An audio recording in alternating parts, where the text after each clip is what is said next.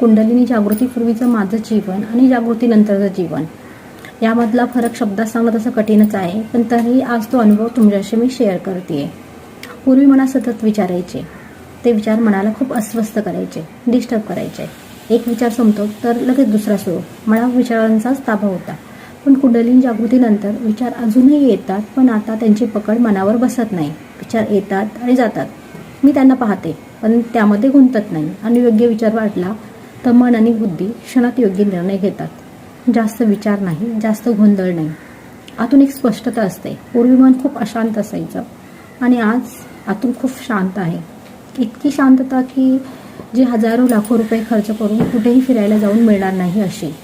ती शांतता आता माझ्यात कायम आहे, म्हणजे आजही माझ्यात कायम आहे. काम करताना आधी खूप चिडचिड असायची, हे काम कधी संपेल अशी मनामध्ये नेहमी घाई असायची. पण आता कोणतेही काम शांतपणे मन लावून केले जाते, म्हणजे आपोआप होतं.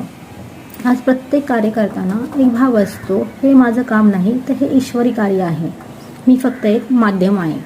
पूर्वी प्रतिक्रिया असायची, आता प्रतिसाद असतो.